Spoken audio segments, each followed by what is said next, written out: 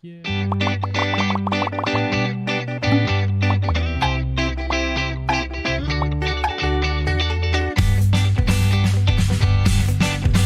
It's the turtliest.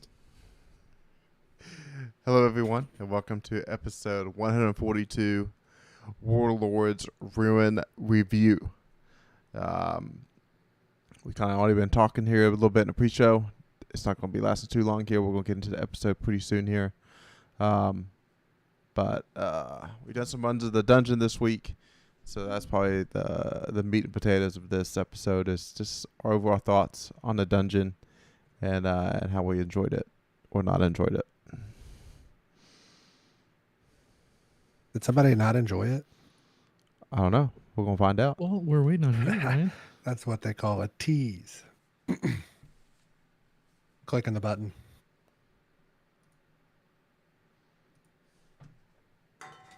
Eyes up, Guardians.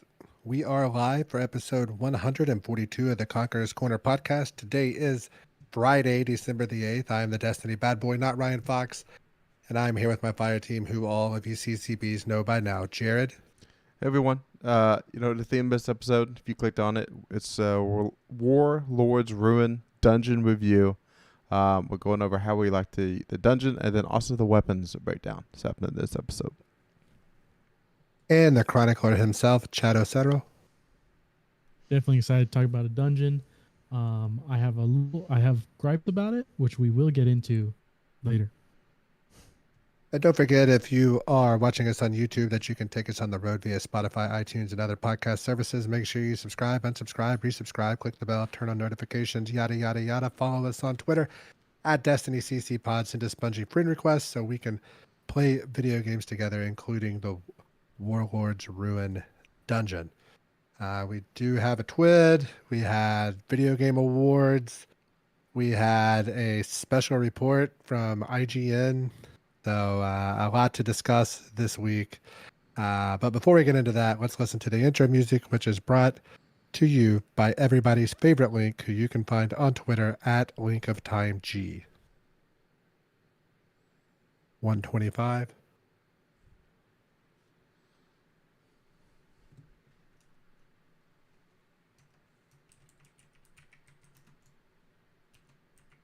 It's raining taco.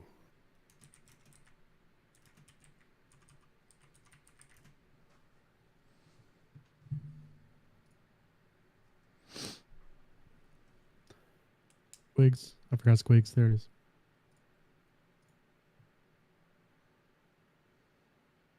La la la la la la la. I'm in there.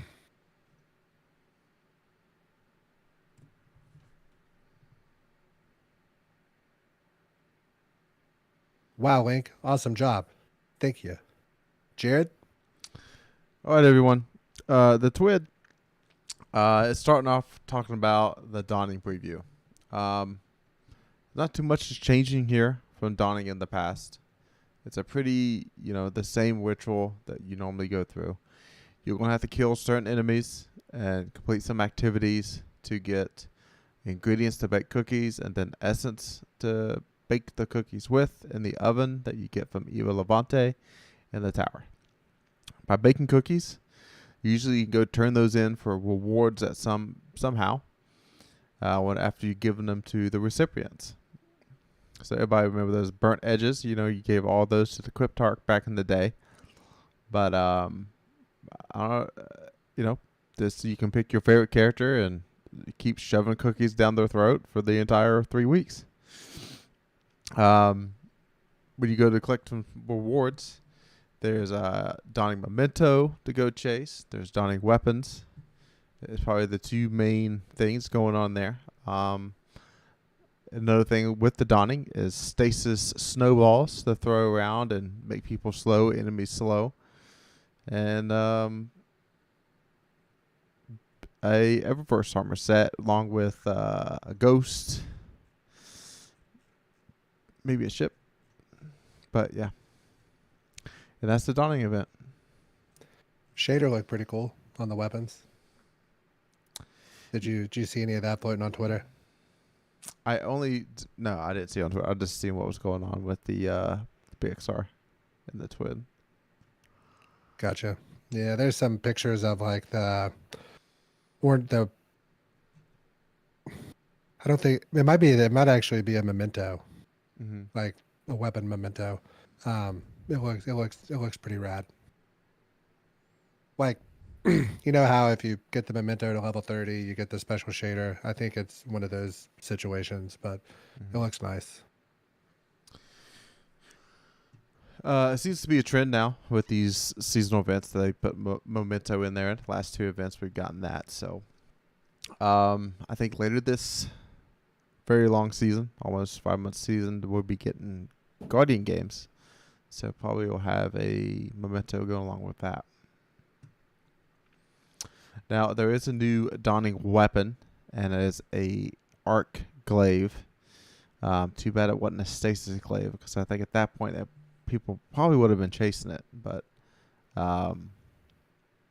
there's some it's getting some of the new perks in there and everything. We're going to try to get some of these weapons early next week, and then next episode we'll be talking about if any of them kind of stand out.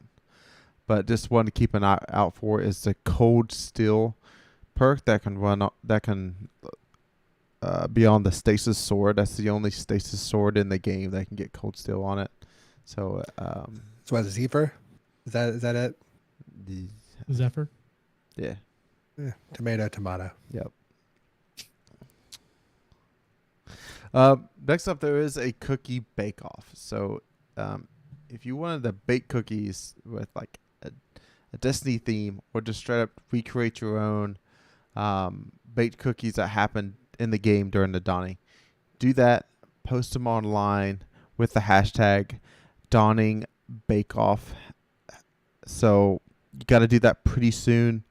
You got to have that done and submitted by, I think you only have 1 week to do it. So you have like from Tuesday, we said on Tuesday to the next Tuesday. That's all you got. You got a week to get that done. And then if you get chosen, make sure you have your Bungie ID on that post so they know to send the emblem to. There's various. There's no way they'd get my Bungie ID right, as long as it is and everything @ signs, and I'd be in big trouble. Yeah. Well, I think most people just copy and paste it. It's probably on you to type it in correctly. Well, I put join in bio, and then I just that's always my thing in the LFGs. Yep. If you ever see a join in bio, there's a decent chance it's me on there. So, all right. There's one thing of note. It was like an error for users to be able to put items in the vault and pull items from the vault from the menu screen in game.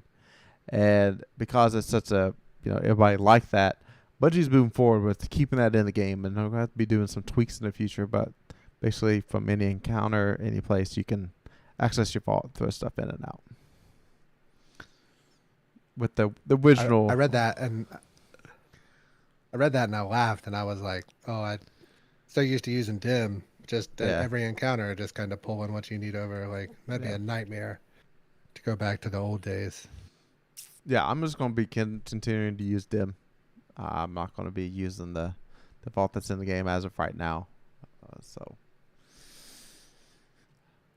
Yep. If you complete the dungeon that we're going to be talking about here in a minute, there's a vest that you can go buy on the Bungie store, and it's a reversible vest. So that's mainly it for the TWID. And it was written by the Destiny 2 community team again. So I think it is now past any time we get TWIDs just from like an actual, just like a one person name at the end.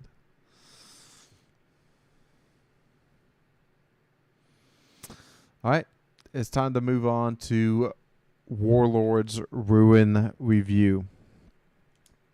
Chad, is this on EDZ or the Cosmodrome?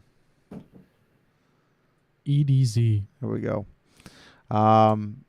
You load in, you kind of spawn on the side of a mountain that's snowy, and you're going to start going around and trying to find the platforms to go. You kind of following a red ribbon staked into the ground around the mountainside. Eventually, you see some scoring, and after you kill some of the scoring, with only maybe just a couple minutes going across a rope bridge, and you see your first boss, which is just a complete, unexpected, like, wow. Usually you go It's and very welcoming. yeah, it goes to the deep. You got to do something 4 times in a row, long traversal, and then you finally see a boss. And yeah, first boss encounter. It's incredible. It made me go in solo a couple times this weekend just to do some attempts on the first boss, because it takes you, if you just run for it, it takes you 2 to 3 minutes to get there, just running. Oh, really? Just running past all the enemies, just running, because there's some jumping, and the jumping takes a little bit, but like you can get to that first boss in 2 minutes, and then start trying to kill it. So it's like it's not a big deal. I might actually change Ryan's dungeon, because I want to see if he can actually complete this one, because it'd be really cool if he could get it solo done. Because Ghost of the Deep, he's just going to be stuck. Yeah. That first I'm gonna. First of all, I am a little offended that you don't think I could do it if I wanted to do it. I just have zero desire to do it. But you're talking to a guy that used to grind our Japanese role-playing games as a child. If there's one thing I can do, it's grind something for hours. Like, I'm not proud of that skill. I try not to fall into those traps. But, I did used to have all those characters to level 99 before I beat the game and kill all the special bosses. So, but I honestly, I was actually going to bring that up to you in the Gambling Corner section, as if we could maybe, if we up the attempts, change the dungeon, go to I have to do 50 attempts if we change the dungeon, so I don't have to do Ghost to the Deep, because that's not a fun time. No, that opening counter is a nightmare. But we could talk about that off stream here. But sounds good. Now, going into that first boss, it's really there to teach you the mechanic where he drops a taken lantern, because he's a scorn captain, and they have those lanterns that they use to, one pulls you in, one makes them immune, and another one just spits fire. So he drops this lantern that's taken, and so it looks weird. You see a lantern and immediately you start shooting at it, and that doesn't do anything, and you stand next to it, start shooting stuff, and I guess I can't remember which one of us figured out, maybe we got right up in its business and was shooting it with a gun and trying to make it go away, and then it changed. I don't remember which one of us noticed that it changed, but we did. So the mechanic there is simply, if you stand within the radius of the lantern for long enough, it changes into an Ahankara bone, and it glows blue instead of that taken black and white. Now, once the imminent wish timer runs out, if you have at least one of the lanterns as a wish or as the bones, you go into DPS. If you have both of the lanterns as the bones, then you actually get an extended DPS phase from our testing. I'm not sure if that's fully solid, but that seems about right. And then you just lay into the boss. Lots of people are doing some swords. People are doing rockets with a Gallarhorn on the team. I don't think we have a solid strat yet. We've only done it now, I think, twice as a group, the 3 of us. Maybe. I know that Jared and I think. But it's a really forgiving fight. Teaches you the mechanic, because the DPS phase is short enough that you're going to do it at least twice, 2 or 3 times for a typical boss run if you're really smooth.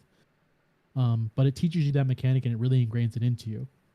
Now, once you kill the boss, you'll notice that you get the clear, and all of a sudden a big old taken Ahamkara servitor boy pops up in the distance, and then you get zooped out and teleported into the prison. The prison was, I want to say it was a solid 10 minutes of our run that first time. maybe 10, 15 of us just looking around, trying to figure out what's going on, trying to find tips. We figured out that you could shoot something and activate it and it moved clockwise. And if you shot it again a couple times, counterclockwise. And then we found a lever after that.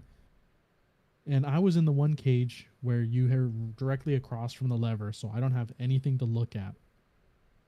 But eventually, Mr. Not Ryan and Jared figured out that they have a skeleton that has hash marks, like scratched into the ground next to it.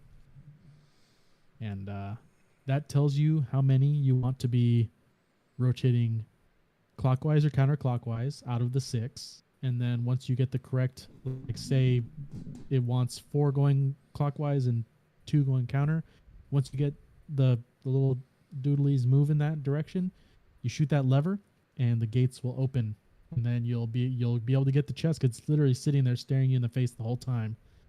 You get out of the jail cell, and then you pick up your loot, and then you move on. Oof. What do you think of Am I that forgetting part anything? the first time? I think it was clever enough that it was interesting, and once you know what's going on, it'll be fast, which it is.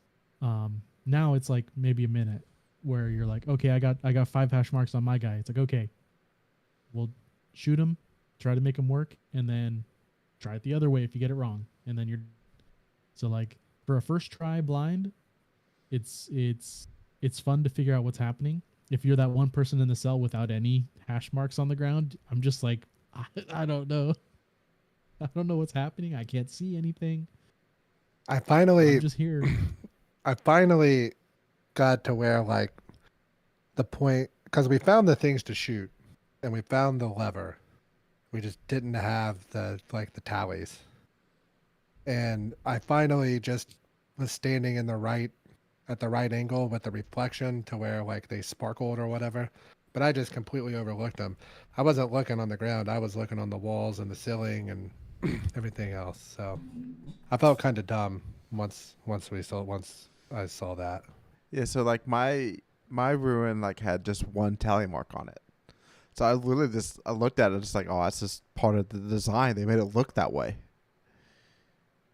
Like it's just a shiny part on a tablet, but yeah.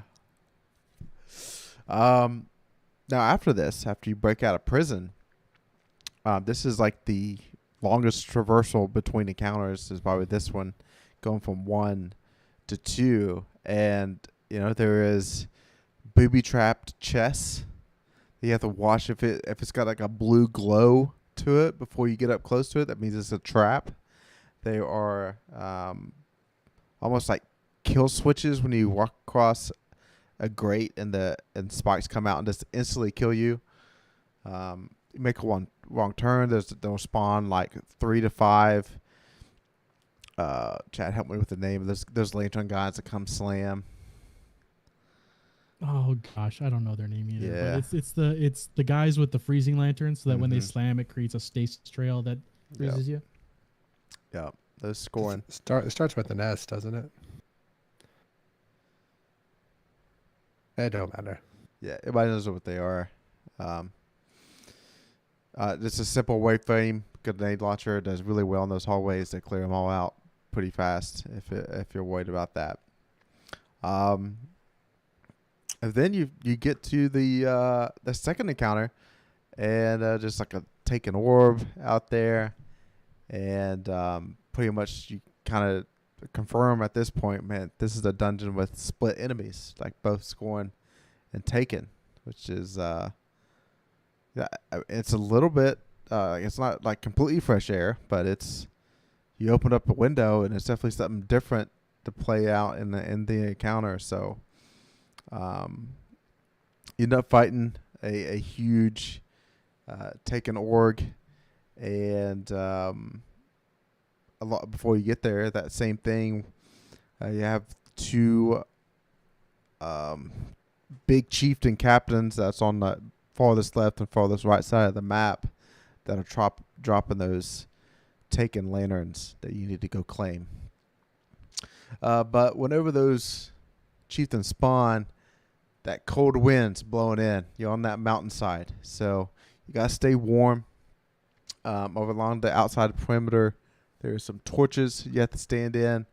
To kind of help you survive, and then you can go claim those lanterns and get back to that warmth, and wait for that imminent wish to be made. And that's before that wish is made. The countdown timer. You want them. You want those totems claimed. When you claim those totems, there will be fireballs that drop, and you can go out and deposit those 4 close to spawn and 2 other a little bit farther away.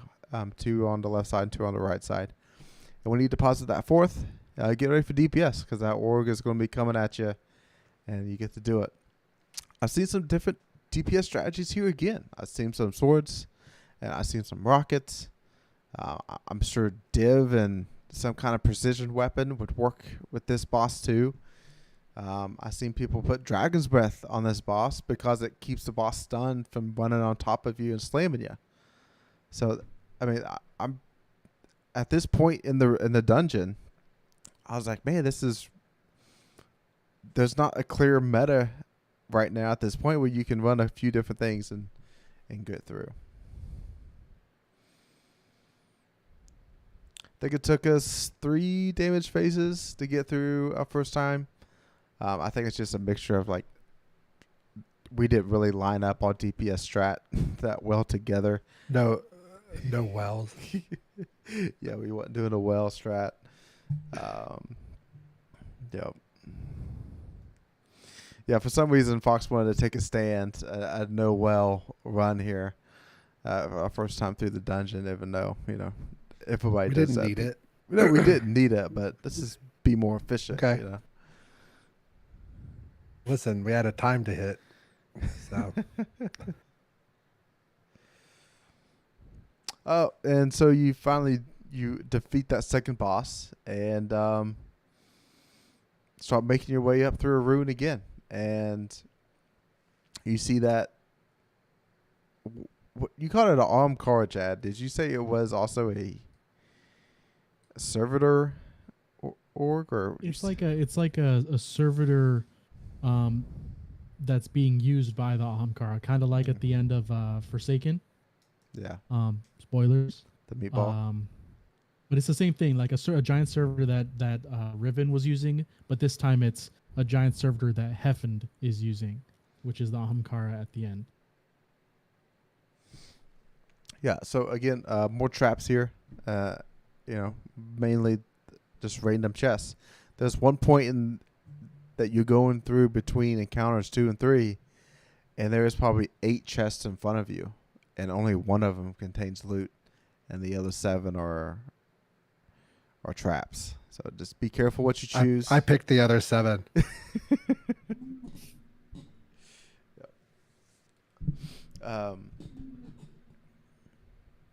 Yep. And finally, you make your way up a spiral staircase where Toland's sitting at the bottom of it, which I'm sure Chad might at some point get into the lore of this dungeon, and maybe Toland would be involved. Not sure.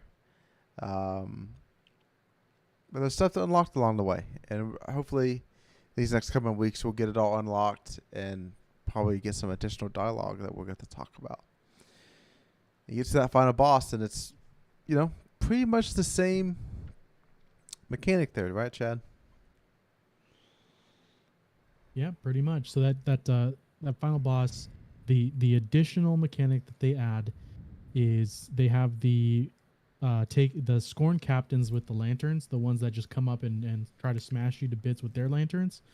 But instead, you get afflicted with a curse or a hex, and you have to punch powered melee the captain in order to give them the hex. Now the hex is on a timer counting down. While you're playing hot potato with the captains, you're also trying to light the lanterns to get the Ahamkara bones to get to get those lanterns to change. But you're playing hot potato, and once that timer runs out, if you have it, you die. But if the captains have it, they disappear at the end of the phase anyway. So you have to give it to them and stay away long enough that they can't tag you and give it back to you so you don't die. And then after that happens, you have like, I think it's like another 5 seconds before DPS starts, and then DPS starts. Now the first phase, you do some damage to the boss. I think it gives you, if you get all 3 of the lanterns, it gives you 15 seconds. And then the boss moves to the next area a little bit higher up over to the right. You're moving counterclockwise in this arena. So you move into the next area and it starts all over again. A bunch of scions pop up. You kill them. You wipe out the eyes that the boss has.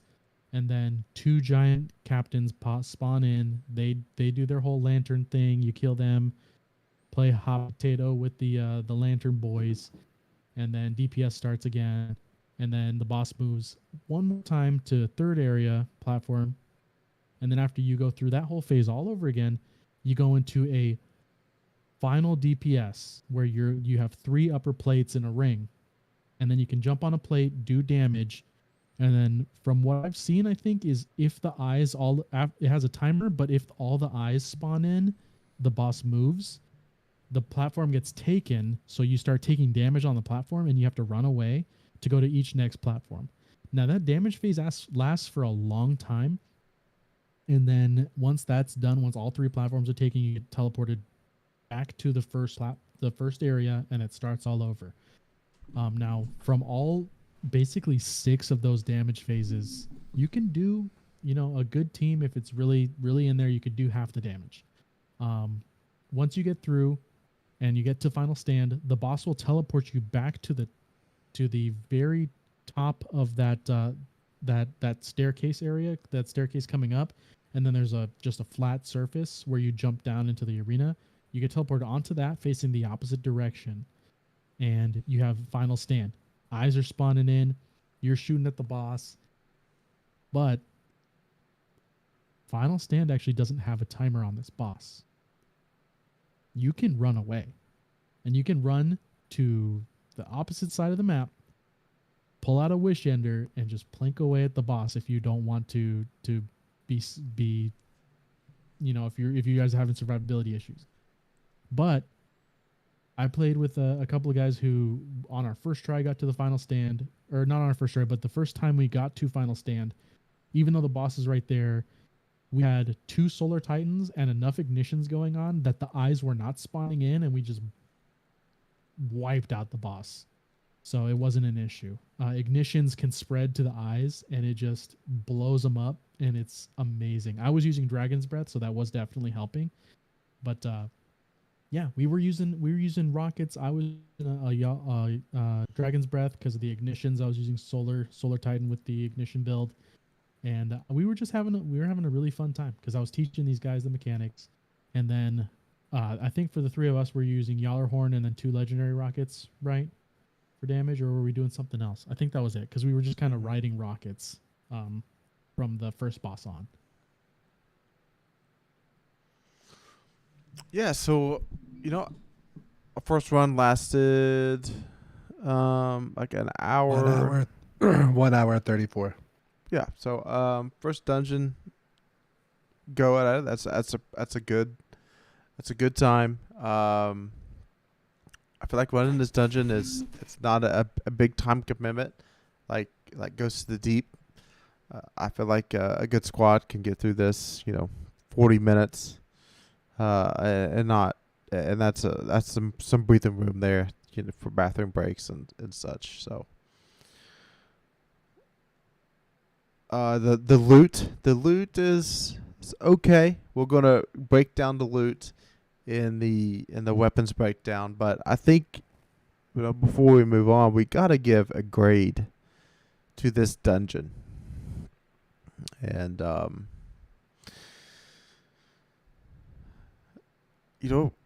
didn't have high hopes for this dungeon, and I feel like that because of that, this dungeon made me happy with me keeping my expectations low. And 3 boss encounters, short time traversing between the encounters, and some extra stuff to go collect There's some doors you have to be able to unlock. The more you complete the dungeon, you'll be able to unlock more of the doors and collect some bones. And haven't got the exotic yet, so I definitely want to get back in and play some more. So I'm giving this dungeon an A minus. Like there's very little they could do to make a better dungeon. So my biggest complaint is like those stupid spike booby traps, like in that like one traversal area. If it was a 5-second respawn timer instead of what is it, like 25 or something kind of long, Yeah, right? It's 40 45. maybe. It's 45 seconds if you die. Yeah. If that was like a 5-second respawn timer, it would it would be funny as opposed to annoying. So I would say B plus, A minus. That's kind of where I was thinking as well, because I do like the aesthetics, and the boss fights were pretty fun. I would definitely go A minus on this one. There's very little I think they could do to make it a lot better. There's no such thing in my book for a perfect dungeon. So A is probably as high as I'll ever get. But A minus, it's right there. I have a couple of gripes about it, which I'll talk about later in a couple of segments here. But very good dungeon. All right, there's our review of Warlord's Ruin. We're more than happy to play with anyone and play through it. We're going to have some solo runs coming up here. I definitely want to watch some of Fox go through and his solo runs as punishment from last season, as that's not really something he's ever really done before, is try the solo dungeons. So that'll be interesting to see. Never really had. I prefer to play this game with my homies as opposed to solo. So it's all good though. It's a good punishment. That's the same. It's the same punishment I would have gave myself. So, all right. I believe that takes us to our ad break. So we create this podcast on website Zencastr, Zencastr. A couple years ago, I drive a lot for work, so I listen to a lot of podcasts. Destiny, something I played for a long time, very interested in. Listen to probably every major Destiny podcast, even the ones that are no longer going. So most of them were headed in directions I didn't particularly care for. Jared had a long commute at this time as well, so I know he was listening to several. And I was like, why don't we start our own podcast? And I asked these two guys. They're kind of the people that I play the most with, and some really good friends. You know, Jared and I knew each other before, but we became really close with Chado as well. So they agree, and I said, if you guys show up, I'll take care of all the technical stuff. Now, saying that, I had no idea what kind of technical stuff was involved. So did a couple Googling searches and things like that, and ended up with Zencastr. And the best part about Zencastr, you go to the website, you start your episode, you send a link to the other two people. You can actually do up to 12. Invite them in, and it records everybody's audio locally. So you have high quality audio whenever you're doing this. It's not like the internet, like VoIP quality to where, you know, sometimes people start to sound like robots and things. But it does do that as a backup in case like something happens, which we have had to use a couple times, like when somebody's internet goes out in the middle or something, things get a little weird. So the best part, you log in, send an invite. The other people don't have to create accounts, anything like that. They just log right in. You just click the red record button. Everybody talks. You click the end record at the end. Then it does all of the production and all that stuff for you. So you're not having to, you know, learn how to be like a producer. It basically does all that for you. So it also hosts now. So it hosts the podcast, so you don't have to have a separate hosting site. So it's kind of a one-stop shop, all in one. We do have a special offer. If you go to zencastr.com/pricing, zencastr.com/pricing, and use our code DestinyCCPod, you'll get 30% off the first month of your Zencastr paid plan.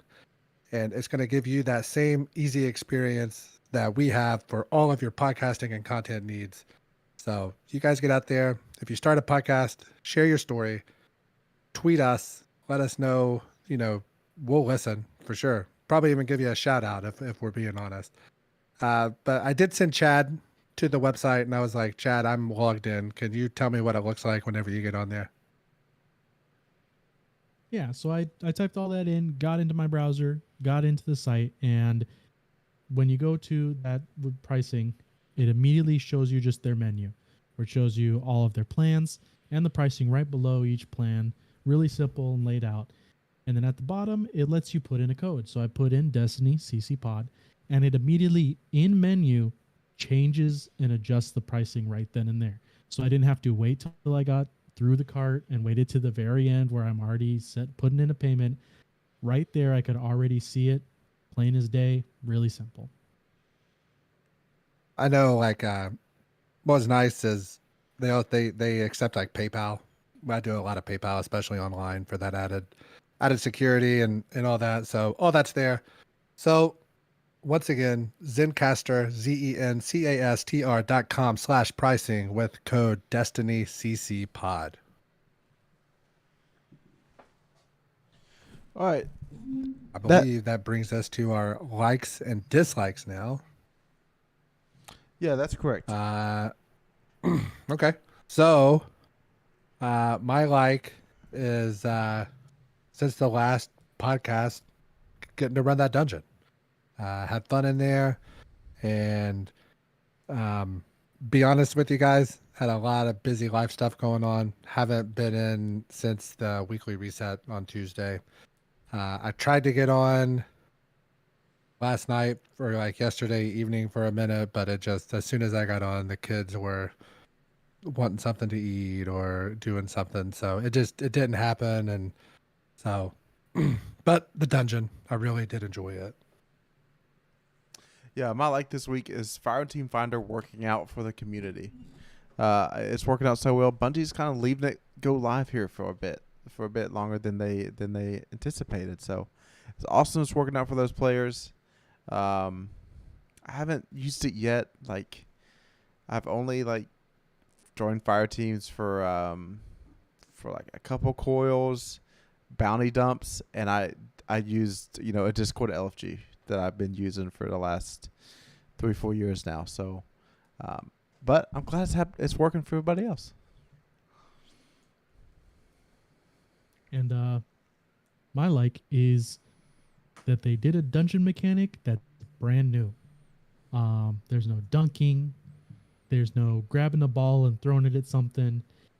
It involves a thing that we already had in the game and like a whole stay in the zone kind of a thing. But it was different enough that we weren't able to figure it out right away. We had to do it purely by accident. Because like I said, our instinct when we see those lanterns is shoot it dead. Kill it with fire, make it go away. But I think because, and I'm speaking for all three of us and me assuming, is since we couldn't shoot it, or we were shooting at it and it wasn't going away, one of the three of us got up close and personal to it in order to be like, I'm shooting it, right? I'm trying to kill this thing. And then it changed because you were in the radius trying to blow it up from point blank.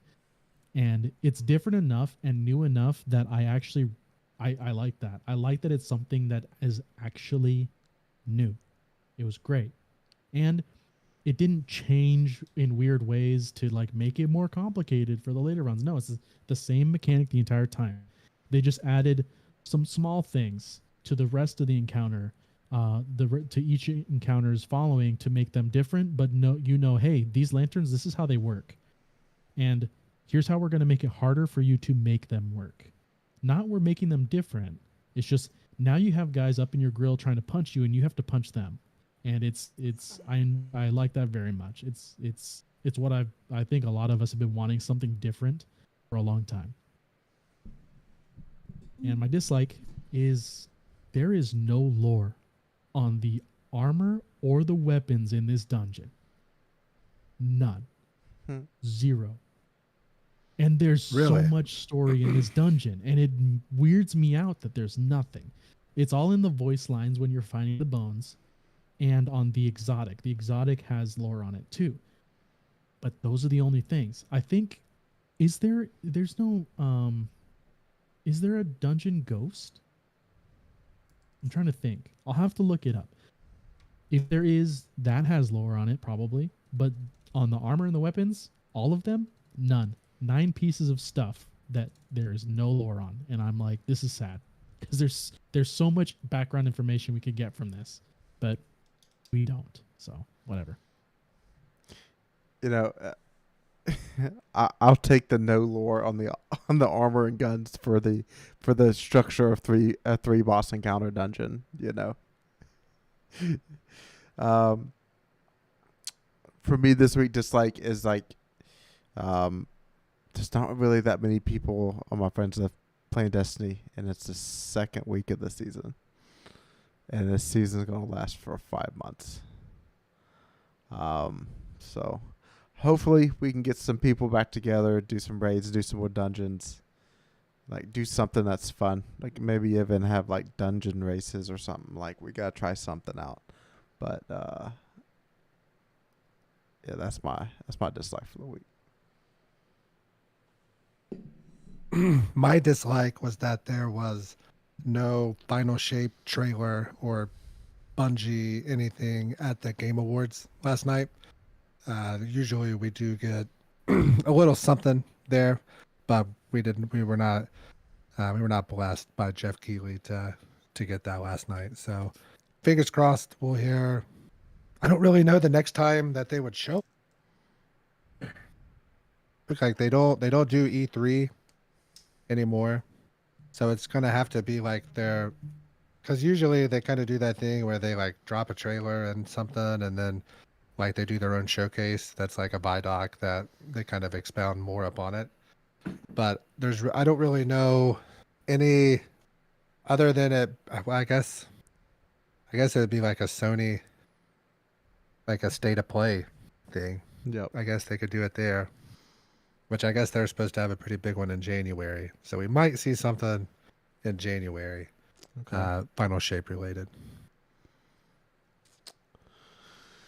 All right, it is time for weapons breakdown. It's been a little while since we did one of these. So again, it's the Warlord's Ruined Weapons, and what we're doing here, we give you basically what the weapon is, and then what we're looking out for PvE and PvE for that weapon. Sometimes there's more than just that roll on a weapon to chase a PvE roll or PvP roll, but for the most part, that's what it is. So the exotic is called Buried Bloodline, and it's a void sidearm that fires tracking bolts. And when you land the tracking bolts, it leeches health from the target. And then if you land multiple final blows with that weapon, it will grant the Wielder Devour. So it's a pretty good void weapon. It's going to include a void verb to go along with some builds. And actually, it's a way to grant Devour when you're not on void with some of these other subclasses. Interesting. Now, they say it's a sidearm, but it's more like a crossbow. Bungie's getting real creative in ways to try to get me to use a sidearm, and it ain't going to happen. All right. Not if they make it a bow, not if they make it a rocket. It doesn't matter. Nope. It still says sidearm. All right. Now we have a bow. The bow is called Vengeful Whisper, and it's a strand bow. So there is some strand verb perks to go along with that. which kind of helps it in PvE if you choose. But if you're going to straight PvE damage, I'm just going like Archer's Tempo with Precision Instrument. Now, if I'm running a strand build and I want to lean in, Column 3 has a new perk this season called Slice. That's when you use your class ability. This weapon severs targets, and it's for every hit for a brief duration. And then Column 4, Final Blows have a chance to create a hatchling, and more and higher the like a red bar has a low chance to create a hatchling, and then like orange, yellow, gold bar, those have more chances to create a hatchling.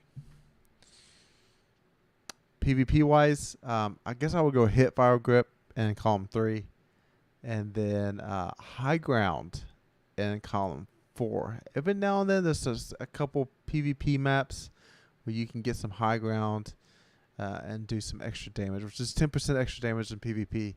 So hopefully that could work out for U-boat users.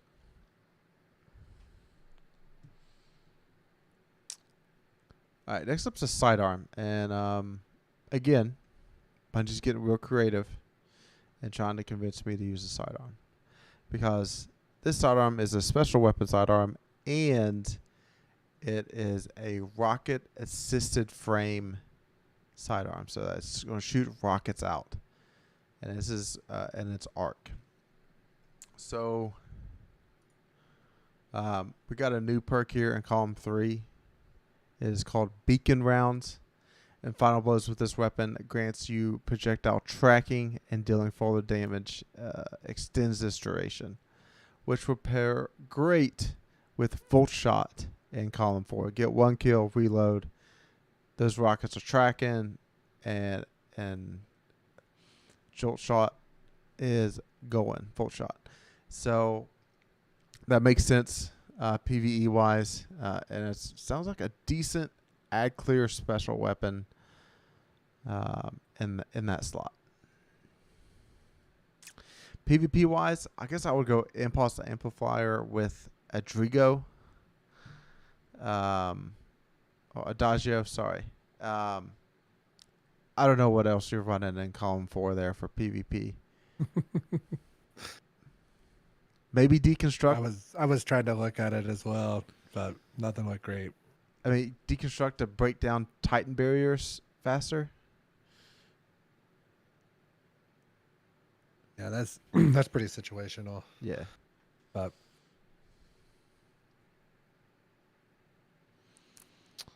all right.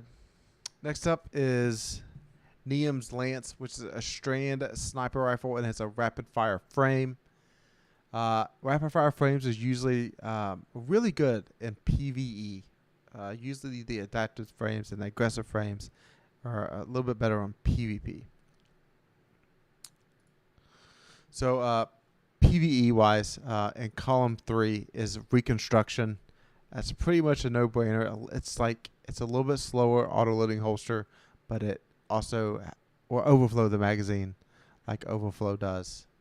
So I like that a lot in Column 3 for PvE. Column 4, I think there's mainly 2 here to look at. One of them is Slice, of course, because you're severing a target, and it helps ramp up some damage.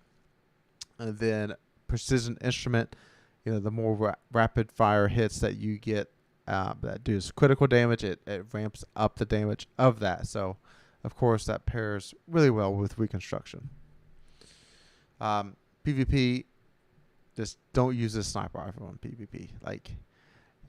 Elemental Capacitor so bad is in Column 3, but rapid fire frames they ain't it. All right, and then finally, I know they used to not like one shot like people out of super and stuff too. No, is it still a 2-shot? Yeah, you gotta get 2 headshots. That's ridiculous. Yeah. I cannot believe that. This doesn't make sense. Finally, Dragon Cult Sickle, which is a caster frame strand sword. So, of course, you got some strand verb perks. You have Slice in Column 3 and Hatchling in Column 4. So it's not a terrible combination there if you're just leaning into Strand. Also in column 3 you have Unrelenting, Demolitionist. I think those two are, you can make a build work with that. Also in column 4 you have Whirlwind Blade, which is just a classic sword perk that does extra damage. You got Surrounded, and then you also have Golden Tricorn.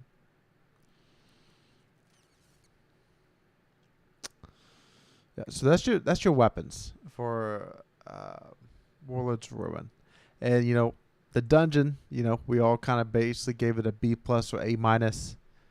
And these weapons are probably falling into the C- range here, with like carrot to go chase wise. Like, is there something out there that I need to go get? Of course, this is the first Strand rapid fire frame sniper. It's the first sidearm. That's a rocket sidearm. I think this is the first Strand bow. This is definitely the first Strand castle frame sword. So it's the first of the kinds, but I don't see them being part of the meta right now. I do have 5 of the swords from the first run, so if we need any different rolls checked out on those, you guys just let me know. Yeah. All right, that takes us to Gambling Corner. Fox, what's going on? All right, Gambling Corner. So this past week we did the closest guess time to Warlord's Ruin completion on our first attempt. Chad guessed 125, Jared guessed 222, and I went 223. And the time, spoiler earlier in the show, 1 hour 34 minutes, which means Chad is the winner, and Chad is on a heater here at the moment. So the way this segment works, each season we start off with 10,000 glimmer. Each week we make a bet, and usually it's like kind of like an ante-up bet. If at any point you go bankrupt, then you have to sacrifice a weapon that the other 2 members determine the value of in order to buy back in. Weapons that are no longer obtainable or have high kill counts or God roll 5 out of 5s. Jared doesn't fuck with the 4 out of 5s. It has to be a 5 out of 5. So that is how you get value to buy back in. So with Chad's win last week, current standings, Chad has 14,000, I have 8,000, and Jared has 8,000. So what I wanted to propose this week, first to get the dungeon exotic. Okay. Sure. Okay. So we'll just do 1,000 on that one. Yeah. Since it could theoretically go for a while until Chad gets it after he bitches about his RNG the whole run. Yep. Look at him shake his head with that grin on his face. Didn't you get the whole armor set that last run? Almost. I'm missing the head. Yeah. And the mark, but I did a run. I got the mark later. What'd you think of the armor set? It's like what Europa wished it could be. Okay. It has to be. I mean, I like it.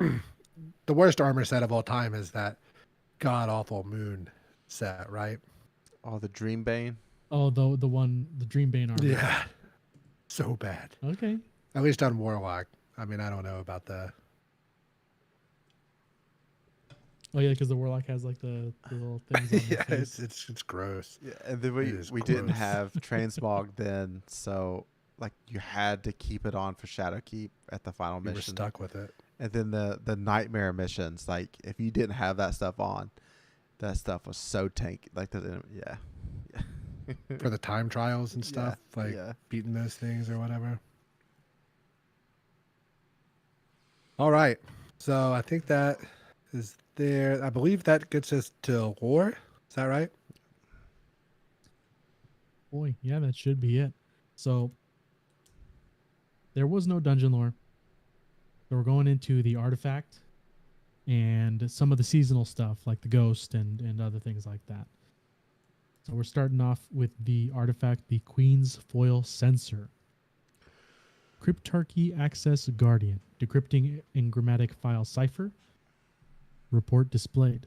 This report is assembled from the collected journals and accounts of Lightbearer participants of the Great Hunt, in which the Ahamkara were purged from soul. Wishes. A verbally expressed desire expressed within audible range of any Ahamkara. This wish is granted through invocation or something known as antheme, which appears to be a manner of subjecting reality to one's will, similar to Lightbearer's ability to affect paracausality.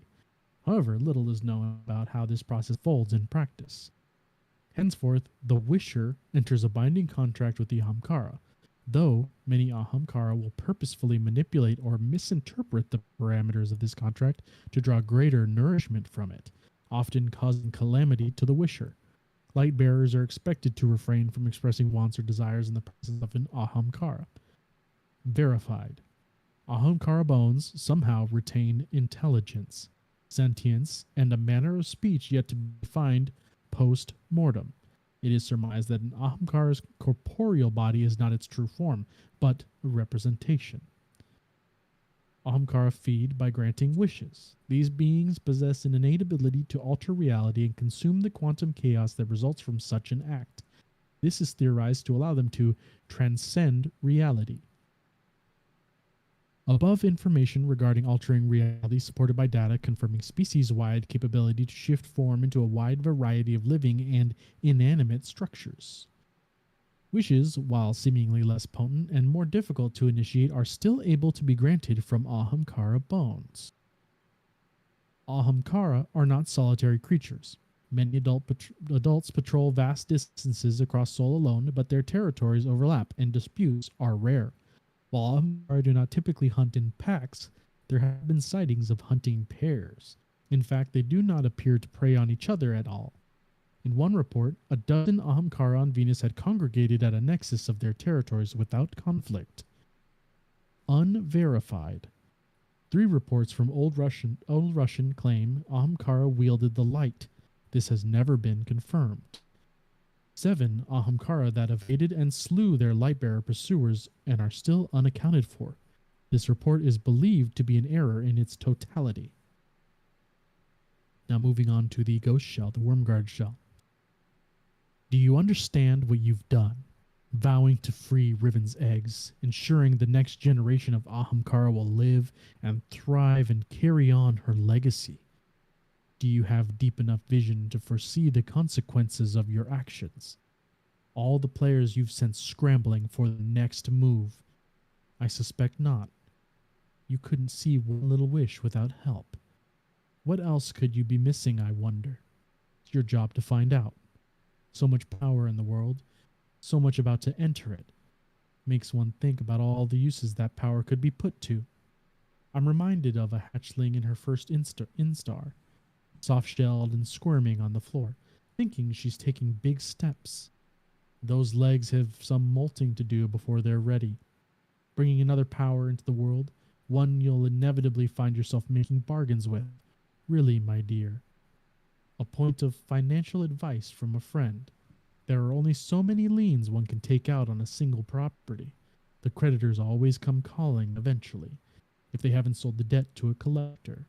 You're certainly getting tangled in your own vows, much like a lizard I could name. Not a close friend, but something of an in-law, maybe. My brother brings such interesting people into the family. Keep in mind that you made a promise, and heroes do keep their promises, don't they? Now the gloaming journeyer. The path to the witness is within sight. We do not know what shape Riven's bargains will take, but I know that we too will not make that crossing.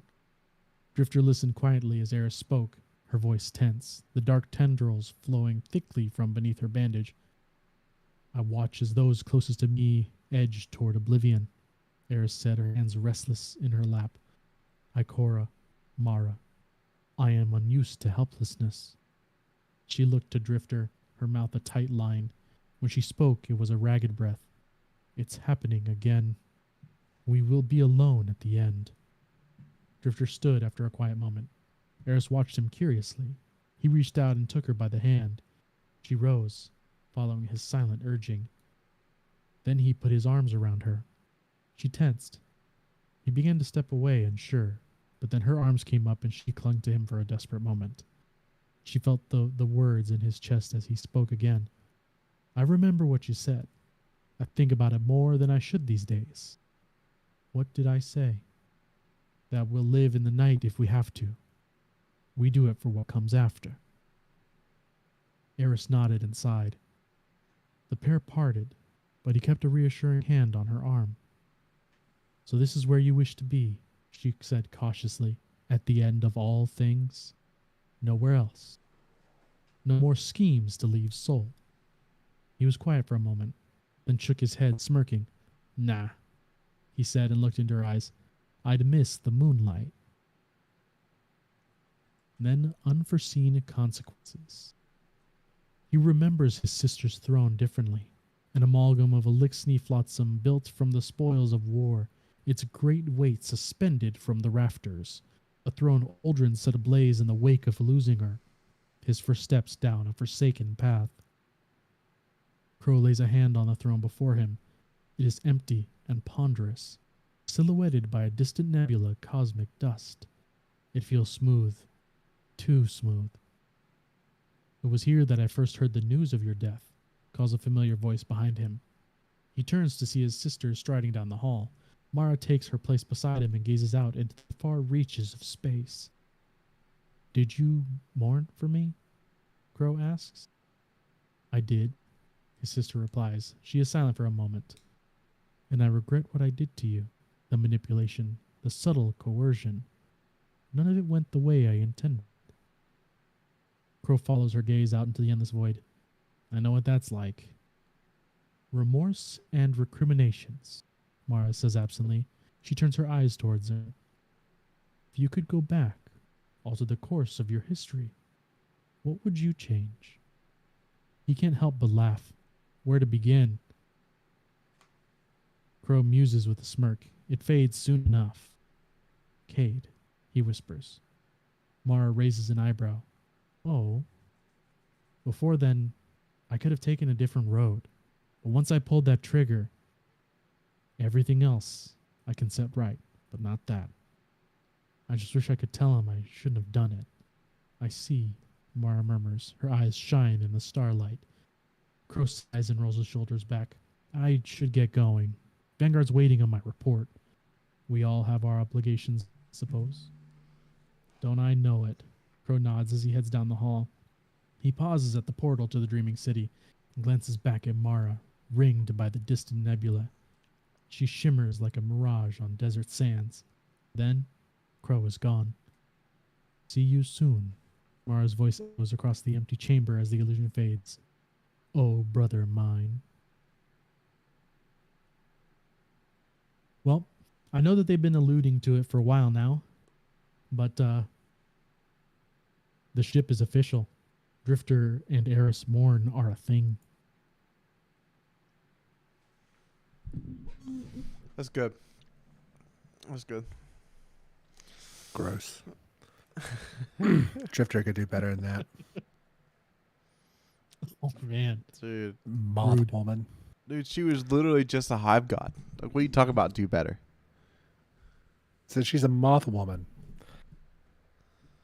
She was literally just a hive god, wasn't she? This Yeah. guy. Drifter's smart enough to get himself in position. Drifter's all about surviving. He just, he's trying to get himself on the right side. Yeah, and It's not love. and she survived a hellmouth. Like, she knows how to survive too. Yeah. He's playing her. All right. That takes us to the mailbag.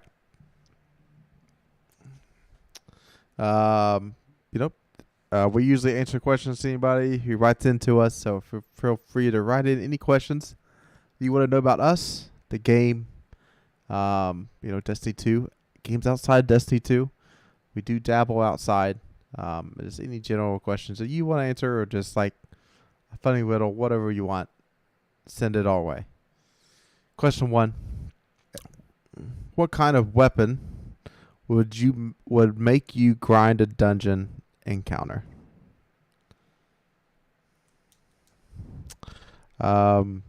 Ooh. For me, what comes to mind, a strand grenade launcher in that first slot. That would that would get me a little excited. Then then you're getting into like meta defining perk combinations. I'm thinking of like if you had a wave frame arc grenade launcher that had a volt shot and what's chain reaction as Perk volt that gives you 2. yeah, it's volt Oh. shot with chain reaction. Yeah, like I was thinking ambitious assassin. oh, okay. No, I think that exists now this season. Volt shot ambitious. Yeah. Well, so does volt shot trigger because its thing is you get kill and you reload and it activates volt shot. Yeah. Does it get triggered by an auto reload from something else? No, because I'm not ambitious sure. just makes a bigger mag. Yeah. I'd have to check because if that synergy works with subsistence, Yeah. that would be so dumb if it worked. Was it Ias Luna that was the one that came from the Grasp of Avarice boss? That hand cannon. Yeah, stasis hand cannon. That's like the last one that I semi grinded for Mm-hmm. from a dungeon encounter, which I still use at times. Like if I'm just really loading into stasis for strikes or something dumb, and just kind of go through the whole strike and just absolutely freeze everything. Like if they ever put another mountaintop in the game, I would grind for that. Recluse. Yeah.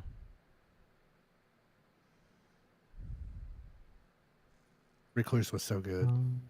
Recluse was so good. I feel like I agree with all those things, but a heavy impact fusion, like the high impact one. But I feel like if they made a strand one, or no, because they already have plenty of stasis ones, but a high impact strand one. Mm-hmm. I'm trying to think of like perk combinations that would be really weird, but can't think of much. I just like the high impact. A kinetic fusion rifle. Fusions, you know what I mean? A kinetic fusion rifle would make me do it. Like a Bastion, if they put. But it needs to be 'cause legendary. Bastion's the only kinetic because it's considered like a weird one. Yeah. But yeah. No, okay. Like I feel like it's not that hard to have a gun that it's almost like it throws nails out or something like that, and it's like just a kinetic weapon. Oh my god. Kinetic fusion rifle, it throws out nails. It would have to be like a Gauss cannon kind of thing, where it's using electromagnets versus like energy. It wouldn't be arc type, but it would be a literal like. You just. God, I'm trying to think of how it would work. I would think it would use centrifugal motion, and it's like it spins up and then shoots them out. So it's. Oh, okay. But yeah, I don't know, but I want to make it work somehow. Yeah. I don't know how. Dorks. Question 2. How do you feel about the coil? I like it. I think it's a little too difficult to get that perfect platinum score, and Bungie said they'll work on that. Not for us. Not for you and I. Well. One time me and Chad was doing it, and the high value target that you got to kill, like the shard collector or glass collector or whatever they're called, fell off the edge. And then he waited long enough that he teleported back and then disappeared. Like literally, I saw him teleport onto the platform next to me, and then he became immune and disappeared. And I'm like, you son of a gun, that's awful. You really need that guy to hit that.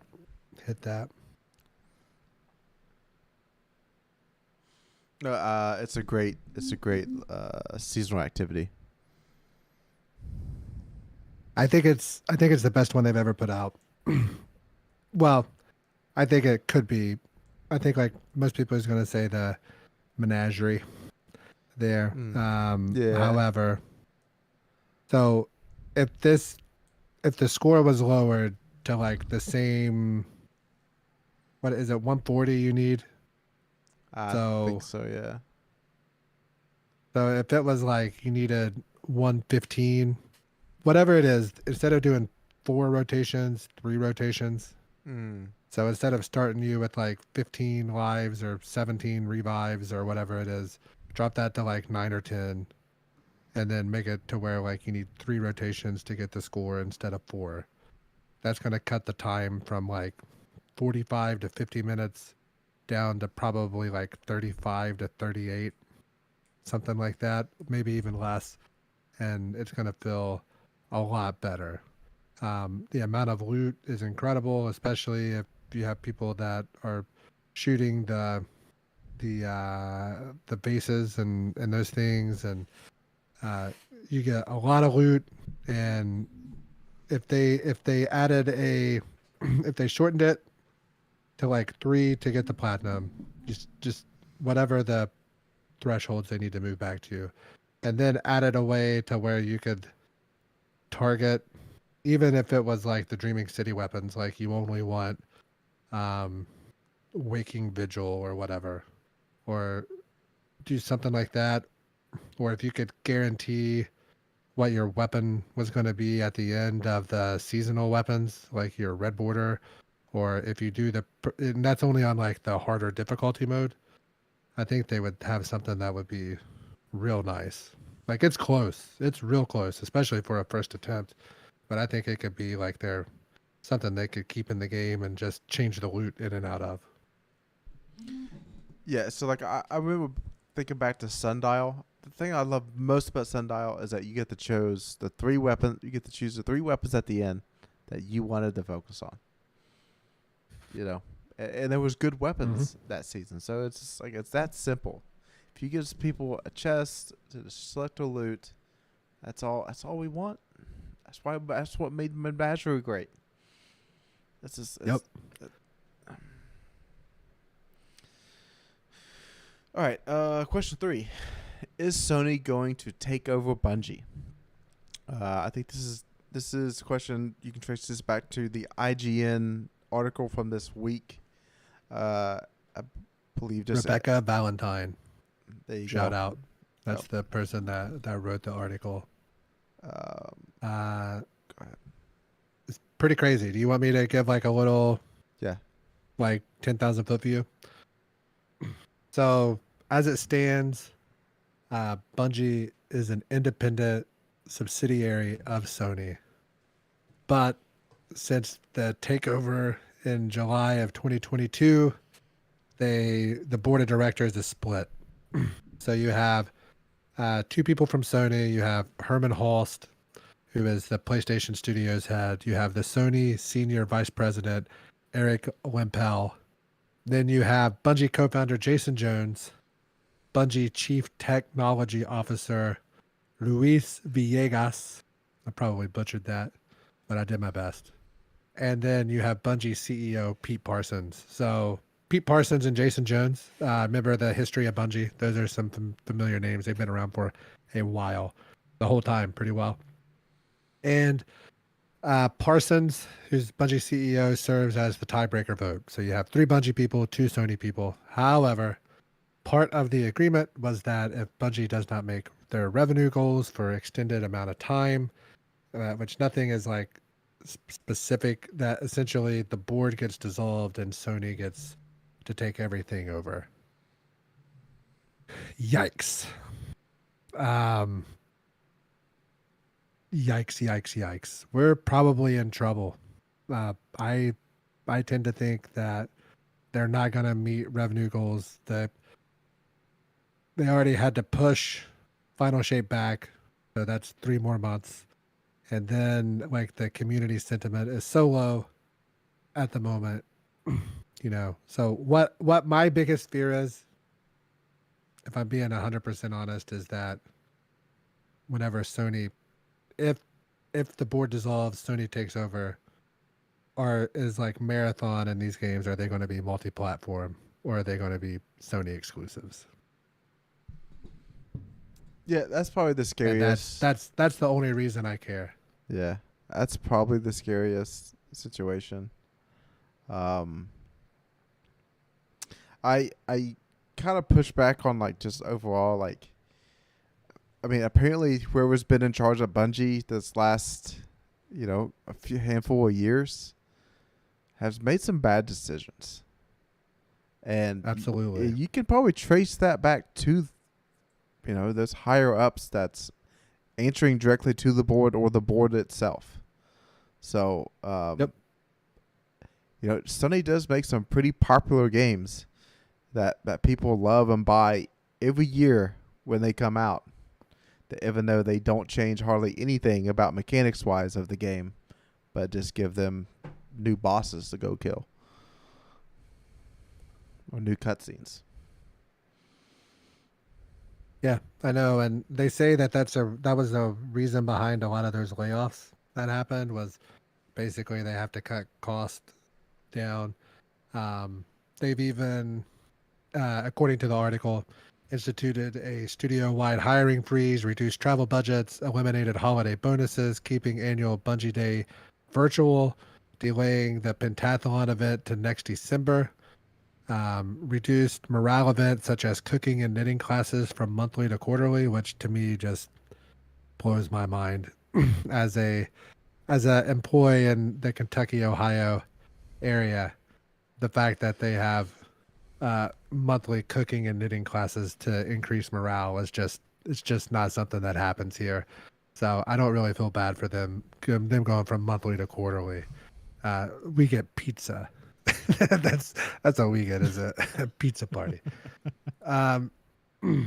So they also paused or fully ended benefits like annual employee compensation adjustments to meet market rates, the new hire lunch program, employee donation matching, peer recognition, gift cards for birthdays, no bonuses. And then, I don't know, like, doesn't sound like things are going super great at Bungie at the moment. Mm-hmm. And the only reason I care, like, I'm sure it doesn't take a genius to figure out that there are clearly people 1 to 2 rungs higher up at Bungie than they should be, based upon some of the things that have leaked out. But I'm not going to buy a PlayStation to play their games. Like, that's kind of where I draw the line. So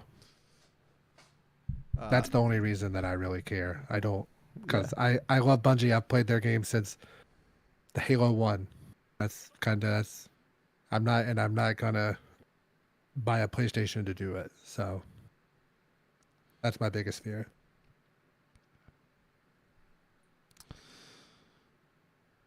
Yep. They had to make a choice between Microsoft and Sony, right? Maybe Sony gave them the sweeter deal up front. It's like, yeah, you keep making money like you're making now, we'll stay out of your business. And Microsoft's like, we're going to get involved pretty early on. Your burn rate's a little too high starting off. And, you know, there you go. I don't know. Those dudes have to be old by now. Like, it's not like they're going to be 90 years old. So, yeah, I can imagine that they're probably trying to get cashed out. Because I know a lot of it is a lot of those people they fired, like, their shares hadn't vested yet. So like they went back to Sony. If they break this board down, then like they're going to get all the shares back, and it's going to be a whole situation.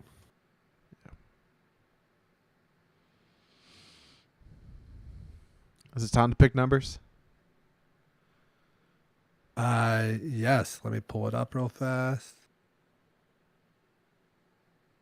Random number generator. I'm gonna go 38. 28. 8-0. Roll 1, roll 2, roll 3 is 70. 70. All right. That's the end of the show this week.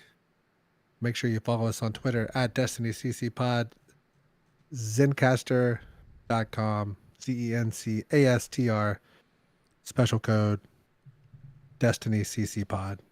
Let these other guys sign off. Hey, it's start of the season and friends list is looking bleak. So please hit me up and let's get some seasonal challenges done. Do the dungeon, get ready for Nightfalls. Like we gotta get ready. And I need help. Same thing as what Jared said, but mostly because they have better luck on gosh, what is it? They have better luck on LFG without me, so they do stuff without me. So anybody that wants to do some master stuff, anybody that wants to do some dungeons because they got all the loot and I haven't yet, just hit me up. Let's do it. Go Cats. Love you guys.